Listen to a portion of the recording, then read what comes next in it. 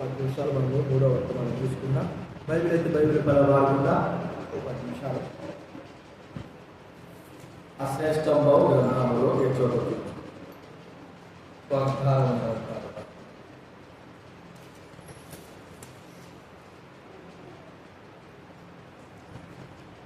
అశ్రేష్టంలో గ్రంథములో ఏ చోట చూచినా వాగ్దానమున్నవి, సుఖ దుఃఖములో వాగ్దానమున్నది.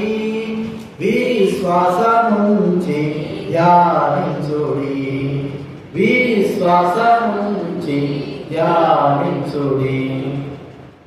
ప్రార్థన చేసుకుంటా. పరలోకమందున తండ్రి, మీ వందనాలు. మీ మూడవ వర్తమానంలో మాట్లాడండి, వారు మాట్లాడే మీ స్వరం చేయండి. యేసు నామమున ప్రార్థిస్తున్నాం తండ్రి. ఈ మూడవ వర్తమానానికి ఏమైనా గుర్తుకుందా? నేను గుర్తు ఒక వాక్యం గురించి చెప్పాను. ఎవరికి గుర్తు చెప్పండి. ఒక వాక్యం 5 వారాలు కాకుండా 2 వారాల నుంచి సరే. మొదటి కొరింథీ రాసిన పత్రిక 13వ అధ్యాయం 13వ వచనం. కొరింథీ రాసిన మొదటి పత్రిక 13వ అధ్యాయము 13వ వచనం. అందరూ చదువుకుందా? 13. కాగా విశ్వాసము, నిరీక్షణ, ప్రేమ ఈ 3 నిలుచును. వీటిలో శ్రేష్టమైనది ప్రేమయే. ఈ 3 విశ్వాసం, నిరీక్షణ, ప్రేమ ఈ 3లో ఒకటి చెప్పారు. గుర్తుకుందా? ఏ చెప్పారు? గుర్తుకుందా? 3లో ఒకటి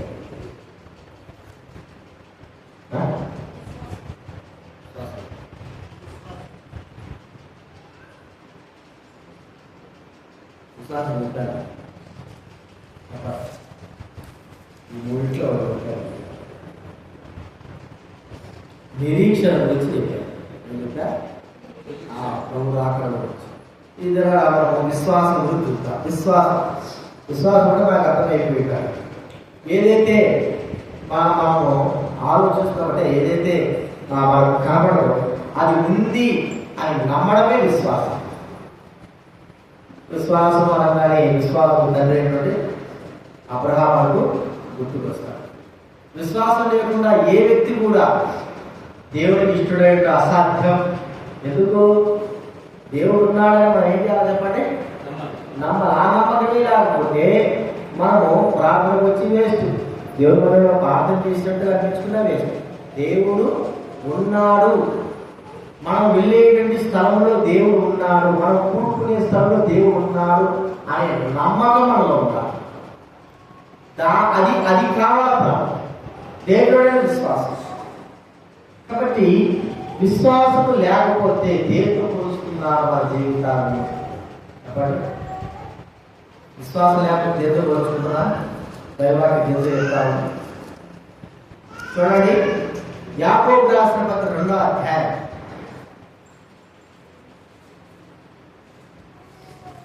26వ వచనం చదవండి ఎవరైనా. యాకోబు రాసిన పత్రిక 2వ అధ్యాయం 26. ప్రాణం లేని శరీరం ఎలాగో మృతమో, అలాగే క్రియలు లేని విశ్వాసము మృతము. అంటే దేంతో పోలుస్తున్నాడు? చనిపోవడంతో పోలిక. మృతం, చచ్చిపోయినటువంటి శవముతో మనల్ని పోల్చుకోవాలి విశ్వాసం లేకపోతే. కాబట్టి విశ్వాసము, కొంతమంది ఉంటారు కదా, విశ్వాసం నాకు ఉంటాయా? కానీ ఆ మాట ఏం చెప్తున్నాడు? దయ్యాలు కూడా ఉంటుందా విశ్వాసం? దయ్యాలు కూడా చూసి నమ్ముతున్నాయి. అయితే ఎలాంటి విశ్వాసం కావాలి మనకు? చూచే నమ్మే విశ్వాసమా, చూడక నమ్మ విశ్వాసమా? చూడక నమ్మని విశ్వాసమే ప్రాముఖ్యమే. చేసుకోమన్నాడు యోహాను సువార్తలో 19వ అధ్యాయంలో 20వ అధ్యాయంలో చివరి వచనం చదవడారైనా, చివరి 31. యోహాను సువార్త 20వ అధ్యాయం 31 చదవడారైనా, దేవుని కుమారుడైన క్రీస్తు అని మీరు నమ్మునట్లును నమ్మి ఆయన నామమున 29 కూడా 29. నీవు నన్ను చూచి నమ్మితివి.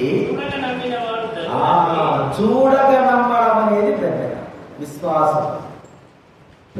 కదా అనేకమైన సార్లు మనలో విశ్వాసం సన్నగిపోతా, దేవుడి విశ్వాసం అవుతాది, లోకమిడల విశ్వాసం ఉంటుంది, ప్రజల విశ్వాసం ఎదుర్కొంటున్నాం, వాళ్ళ నమ్మకమైన వారు అనుకుంటున్నారు కదండి. వాళ్ళ నమ్మకమైన నమ్మకమైన వారు అసలు ప్రాముఖ్యంగా దేవుడి నమ్మకం లేకపోతారు. మోసం చేసే వాళ్ళైతే మనం లోకంలో సాధారణంగా ఆలోచిస్తే మోసం చేసే వాళ్ళే 99% నమ్ముతారు. నిజాయితీగా ఉండేవాడు ఎవరు కూడా నమ్మడం. అర్థమైందా? అయ్యా మీరు రేపు చాలా మంది ఫోన్ చేస్తారు, రేపే నేను తప్పించేస్తాను 2 అలాగే అక్కడ నుంచి ఇక్కడ నుంచి ఫోన్ చేశాను, నా అక్క ఇప్పుడు హాస్పిటల్ ఉందా, స్కానింగ్ లేదు, రేపు పంపిస్తారు, వచ్చిందే పంపుతారు డెలివరీ, రేపే పంపిస్తారు, రేపు పంపించేటండి ఇప్పుడు ఉంటారా నమ్మేస్తాం. సరే అర్జెంట్ అంటే ఏమో చెప్పండి, నాకు 2000 ఇప్పటికి లేదు సంవత్సరం, ఇక అది నేను మర్చిపోయాను. ఇంకో ఫోన్ చేసి అన్న రేపు ఇస్తాను నా అంతే అంతే. నమ్మకం ఏమిటి?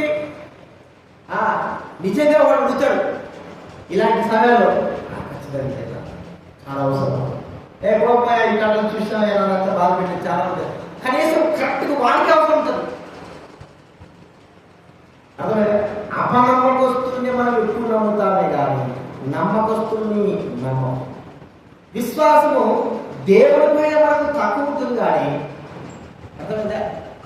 లోకంలో ఉన్న ప్రజల మీద, వారి మీద, వీరి మీద, డబ్బు పైన, లేకపోతే పెద్దల వారిపైన, లేకపోతే మంచి కనుగొని వారిపైన, వారిపైన విశ్వాసం ఉంటుంది కానీ దేవుడి పైన మనకు విశ్వాసం తక్కువ. మనం ఒకసారి గుర్తించుకుందాం మన విశ్వాసం ఎలా. ఈ విశ్వాసము మనకు ప్రభు పైన ఉన్న విశ్వాసం ఎప్పటి వరకు ఉండాలంటే ప్రభువు వచ్చేంత వరకు, ఆయన వచ్చేప్పుడు భూమి పైన విశ్వాసం కనుగొనునా అంటే ఆ విశ్వాసం ఏమవుతుందంటే కనుమరుగైపోయిందంటే మత్తయి సువార్త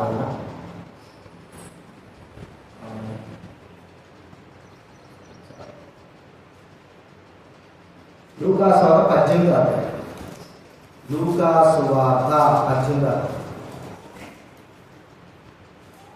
ఎందుకు వచ్చిన లూకా సువార్త 18 త్వరగా న్యాయం తీర్చును వారి విషయమే కదా ఆయన దీర్ఘశాంతం చూపుచున్నాడని ఆయనను మనుష్య కుమారుడు వచ్చినప్పుడు అంటే కనుగొన్నా అంటే ఆయన నమ్మకంగా వీళ్ళు విశ్వాసం పోతాదిరా. అందరూ తెలుసు ఎవడు ఎట్టంటే ఎంతమంది నమ్మకం ఉంచాడు, ఎంతగా ప్రభువుని విశ్వాసం ఉంచాడు, నమ్మకం ఉంచాడు, ఆయన బాధ ఎవరు ఎలాంటి వారు అందరూ తెలుసు. ఆ సమయానికి నా మీద విశ్వాసం ఉంటుందా లేదా, నమ్మకం ఉంచుతారా లేదా అంటే నేను వస్తాను, నేను వచ్చేంత వరకు ఆ వ్యక్తి నమ్మకంగా జీవిస్తాడా లేదా ఆయన విశ్వాసం. ఆయన వస్తాడు, నమ్మకం, ఆయన చిత్తగా ప్రతిఫలిస్తాడు, విశ్వాసంతో మనం జీవించాలి. అలా జీవించాం వస్తే అసలు యేసు వస్తాడంటే తలపులే మన ఉదయాలు పోయాయి. ఇక్కడ మనలో విశ్వాసము అంతకర్త ప్రభు పైన, ప్రభు యొక్క కార్యాల పైన, ప్రభు మాటల పైన, నమ్మకాల పైన ఎక్కువ ఉంటారు. మనుషుల వైపు కాదు. ఎప్పుడైతే మనుషులు మనం ఎక్కువగా విశ్వసిస్తామో, నమ్ముతామో, దేవుడి పైన విశ్వాసము, నమ్మకం తగ్గిపోతానే ఉంటాయి. పరిస్థితులు ఏ విధంగా ఉన్నా, శ్రమ ఎలా ఉన్నా, పరిస్థితులు ప్రతికూలంగా ఉన్నా, అనుకూలంగా లేకపోయినా నా దేవుడి పైన నేను మరణం వరకు నేను నా యొక్క నమ్మకత్వాన్ని విడిచిపెట్టను, నా విశ్వాసాన్ని విడిచిపెట్టను. మాట్లాడదా యోగి ఏమంటాడు, మరణం వరకు నేను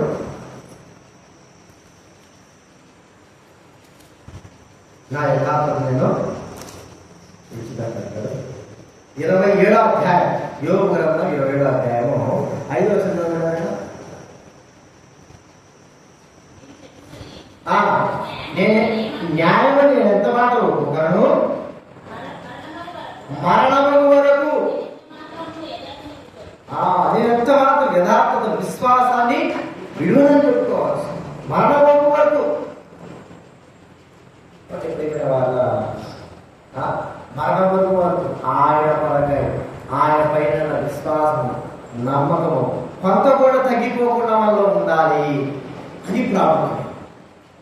మాట్లాడగలరా, నమ్మకం ఉందా?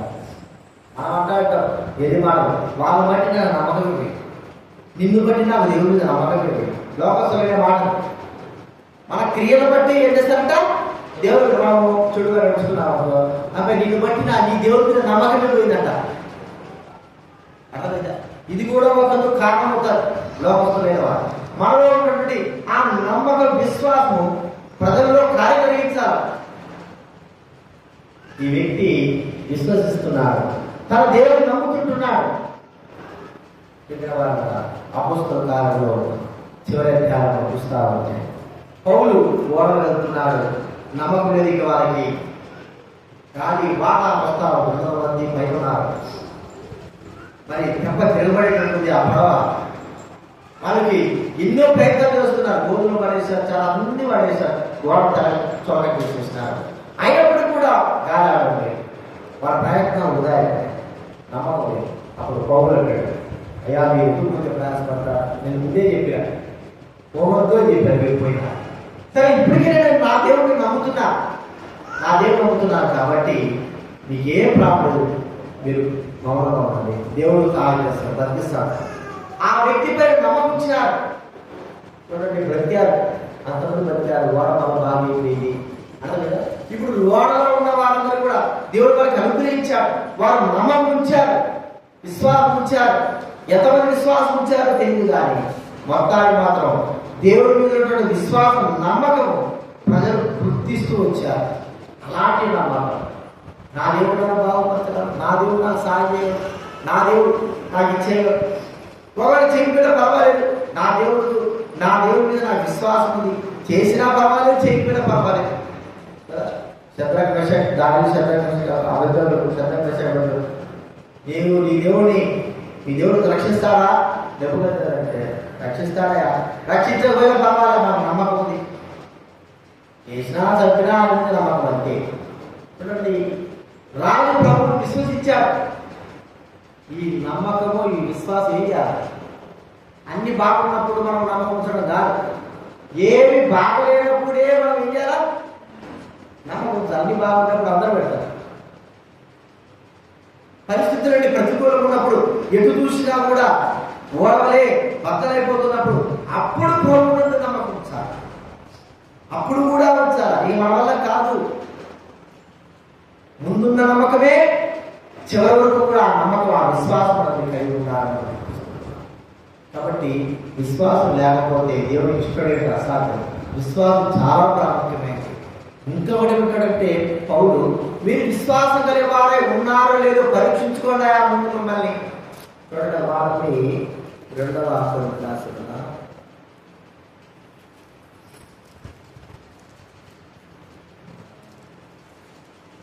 2 కొరింథీ 13వ అధ్యాయం 5వ వచనం. 2 కొరింథీ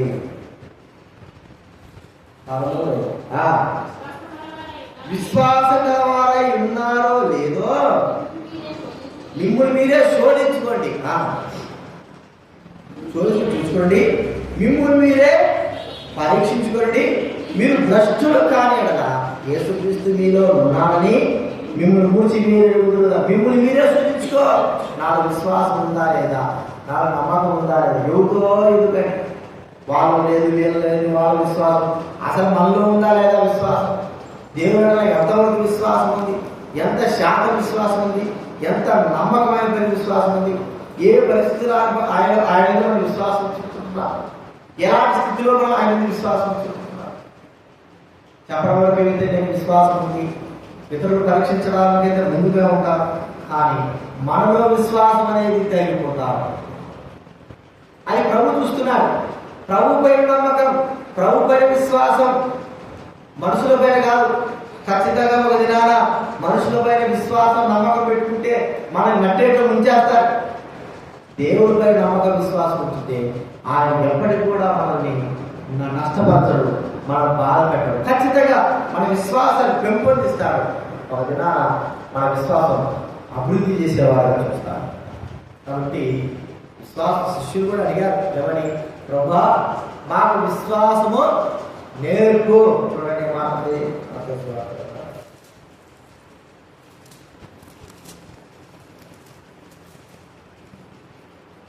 మత్తయి సువార్త 10వ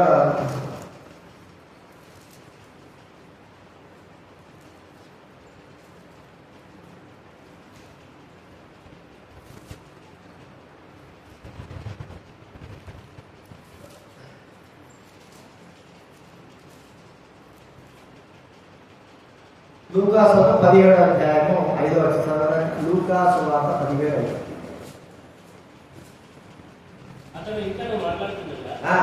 ఇదిగో ప్రకాశమానమైన యొక్క మేఘము. లూకాసు 17వ అధ్యాయం 5వ వచనం. అపోస్తలుడు మా విశ్వాసము వృద్ధి పొందించు అని ప్రభువుతో చెప్పగా, మా విశ్వాసం వృద్ధి పొందించు ప్రభు చెప్తున్నారు. ఎందుకు? వాళ్ళ విశ్వాసం లేదని గ్రహించారు, వాళ్ళలో నమ్మకం లేదని గ్రహించారు. వారు ప్రభుని అడుగుతున్నారు, అయ్యా వాళ్ళ విశ్వాసం లేదు నాయన, నేను నీ విశ్వాసం వాళ్ళు దయచేయి, ఆ విశ్వాసం నీకు ప్రభు అని అడుగుతున్నారు. ప్రభా అడిగితే మన విశ్వాసాన్ని బాగు చేస్తాడు. చూడండి, ఇర్మియా గ్రంథం 3వ అధ్యాయం, ఇర్మియా గ్రంథం 3వ అధ్యాయం 22వ వచనం చదవలేదు. ఇర్మియా గ్రంథం 3:22. భ్రష్టులైన బిడ్డలారా తిరిగి రండి, మీ అవిశ్వాసము నేను బాగు చేసేదను. మీ అవిశ్వాసం నేను విశ్వాసం లేకుంటున్నారేమో, విశ్వాసం ఇస్తారు. ఇక్కడ వాళ్ళ నమ్మకం ఉంచుదా? ఎంతవరకు? మన ప్రాణాలు పోయిన వరకు ప్రభు మీద నమ్మకం, ప్రభు మీద విశ్వాసం, ప్రభు మీదనే మనుషులకు కాదు. అలాంటి నమ్మకం కలిగి మనలో వాదాల మీద పడి ఇదో ఈ కాలం మీద ప్రభు మీద నమ్మకం. చిన్న చిన్న వాటి మీద మనం ప్రభు మీద నమ్మకం ఉంచుదా? పెద్ద పెద్దలు కూడా దేవుడు చూస్తారు. పక్షి గారు కూడా చిన్న చిన్న వాటి మీద విశ్వాసం ఉంచుతూ పెద్ద పెద్ద వాటి మీద కూడా విశ్వాసం కలిగిన వాడిగా ఉన్నారు. చిన్న చిన్న వాటి మీద విశ్వాసం అంటే అది మనకు అసాధ్యమే కానీ మనం సాధ్యం చేయాలంటే చాలా కష్టం. అయితే సాధ్యపడతారు. దాన్ని మీకోవడానికి కూడా ఆయన ప్రభు మీద ఒక పేస్ట్ కొనుక్కోవాలన్నా కూడా ప్రభు మీద ఒక మరి ఏదైనా తనకంటూ ఏదైనా కావాలని కోరుకుంటే దాని విషయమై ప్రభువును అడుగుతూ నమ్మకం ఉంచుతూ వచ్చాడు. విశ్వాసం 10 రూపాయలు అయినా అంటే 10 రూపాయలు కూడా, 100 రూపాయలు, 100, 1000 రూపాయలు, 10,000, 1,00,000 ఏదైనా సరే అంటే అర్థం ఏమిటి? ప్రభు మీద నమ్మకము. అవి మనకు అసాధ్యం. సాధ్యం చేసుకోవచ్చు కానీ మన దగ్గర ముందుగా అంత అవసరం ఏముంది? పేస్ట్ కూడా ఇద్దరు ఆధారపడాలి, లేదా ఒక కార్యక్రమం ఎదురుగా ఆధారపడాలి. మనం చేసుకోలేమా? కదా, దాని ద్వారా మన విశ్వాసంలో మేలుపడతాయి. కానీ గుర్తించుకుందాం, విశ్వాసము మనలో వ్యక్తిగతంగా మనమే పరీక్షించుకోవాలని వాక్యం ఉంది. విశ్వాసం గల వారమే ఉన్నామా లేదా పరీక్షించుకోవాలండి. మీరు భ్రష్టులు కాదు అప్పుడు తెలుసుకుంటారు. మనం గుర్తించుకొని మరి మనం ప్రభుకు అప్పగిస్తున్నాం. లేచి ఎవరు పాల్గొనకుండా పాల్గొన